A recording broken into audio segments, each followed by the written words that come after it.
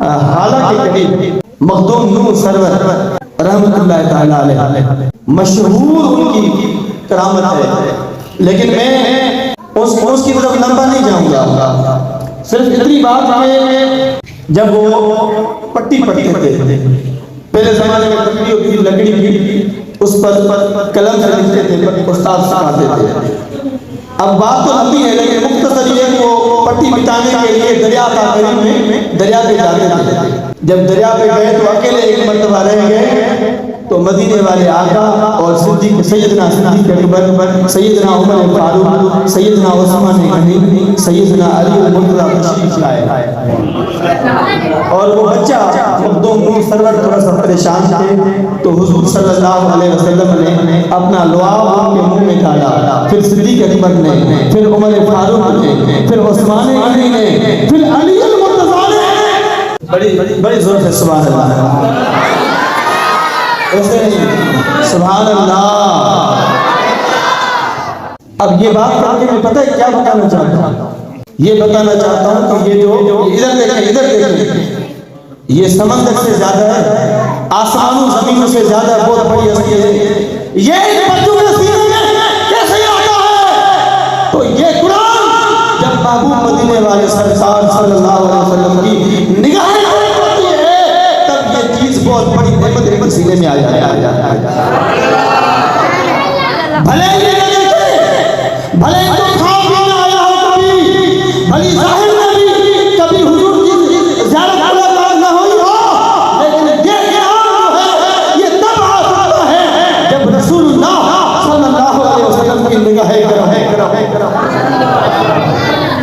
اب یہی کرامت میں بتانا چاہتا ہوں یہ کہ وہاں علاقے میں مدرسہ تھا بہت قریب، کھانے کچھ نہیں تھا، 300 تک کے بچے تھے۔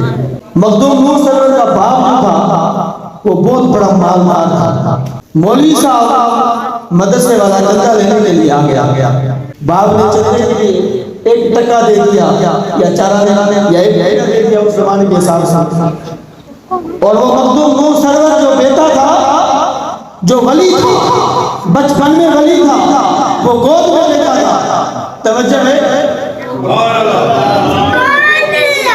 تو اس کو بڑا افسوس ہوا کہ مدرسے کا عالم دین چندہ لینے آیا اور میرے باپ نے 1 روپیہ نکال کے دیا، پیچھے چلے گئے، عالم دین جا رہا تھا، پیچھے چلے گئے، روک دیا اور کہا کہ اے عالم دین کل آ جا، اور ابو آپ کو پیسے دیں گے، 1 روپیہ پھینک کے دینا، پھر بددعا دینا کہ تیرا بیٹا مر جائے۔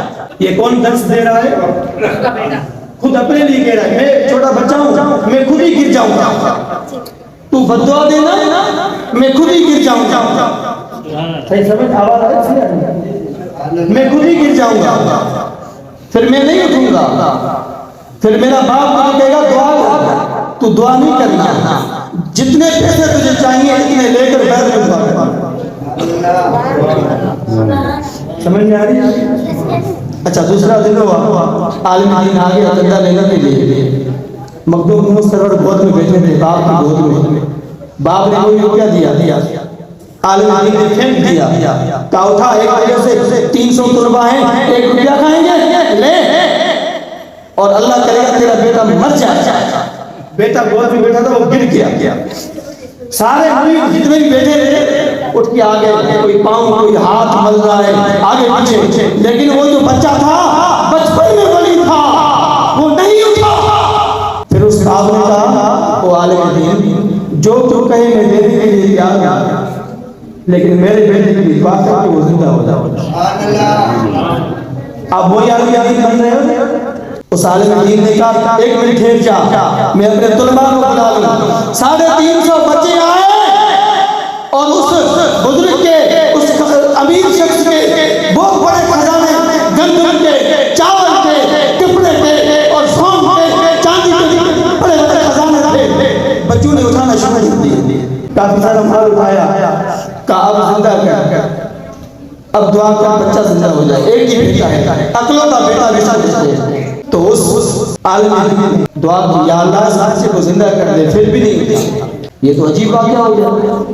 پھر دوسری مرتبہ دعا کی یا اللہ اس کو زندہ کر دے، پھر بھی نہیں اٹھا۔ پھر اب ایک ہی بار ہو جاتی ہے، تیسری بار اس نے دعا کی کہ یا اللہ اس بچے کو زندہ کر دے، تو اٹھ کے کھڑا ہو گیا اور زاروں کے بعد رو رہا تھا، آنکھوں سے آنسو بہ رہے تھے، خاموش نہیں ہو رہا تھا۔ تو باپ نے کہا اے بیٹے جو کچھ ہوا وہ تو ہو گیا، لیکن بتا تو رو کیوں رہا ہے؟ تو بیٹے نے جواب دیا اے میرے ابو میں اس لیے رو رہا ہوں کہ اس عالم دین کو اگر سمجھایا تھا تو میں نے ہی سمجھایا تھا، لیکن یہ میں نے جو کچھ کیا تھا دین کے لیے، شریعت کے لیے، اسلام کے لیے میں نے کیا تھا۔ تو جس ہی میں ایک طریقے سے بے ہوش ہونے کے لیے زمین میں گرا تو میرا سر مدینے کے آقا صلی اللہ علیہ وسلم کی گود میں تھا۔ یہ ہوتی ہے دین کی خدمت، یہ ہوتی ہے دین کی خدمت۔ کہا باپ نے کہا بیٹے یہ تو خوشی کی بات ہے، لیکن رو کیوں نہیں ہو؟ کہا رو اس لیے رہا ہوں، رو اس لیے رہا ہوں کہ میرا دیدار سے ابھی پیٹ بھرائی نہیں ہے۔ کہا 3 بار دعا کی ہے پھر تم اٹھائے وہ کیوں؟ کہا اس لیے کہ تیری دعائی قبول ہو چکی تھی لیکن مجھے دیدار ڈالنا تھا، دوسری دعا پھر قبول ہو گئی لیکن مجھے دیدار ڈالنا تھا، تیسری دعا جب کی تو اب مجھے یقیناً اٹھنا پڑ گیا تھا۔ یہ کس کی باتیں بتا رہا؟